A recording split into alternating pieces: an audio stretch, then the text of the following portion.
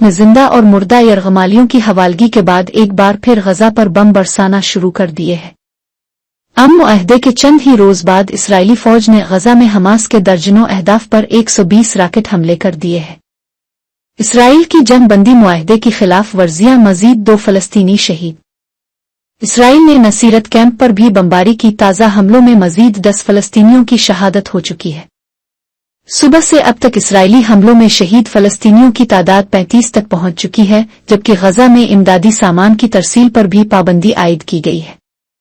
اسرائیل کا دعویٰ ہے کہ جنوبی غزہ میں اس کے 2 فوجی مارے گئے ہیں، جبکہ حماس نے اسرائیل کا جنگ بندی کی خلاف ورزی کا الزام یکسر مسترد